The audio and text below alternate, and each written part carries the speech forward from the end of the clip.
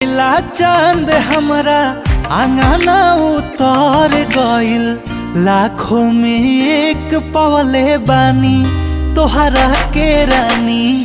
लाखों में एक पवले बानी तोहरा के रानी।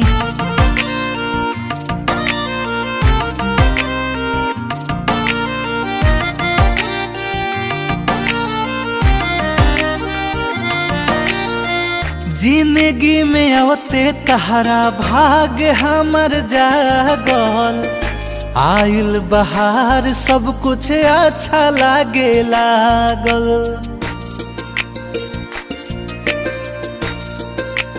हाँ, जिंदगी में आवते तहरा भाग हमर जागल, आइल बहार सब कुछ अच्छा लागे लागल। हर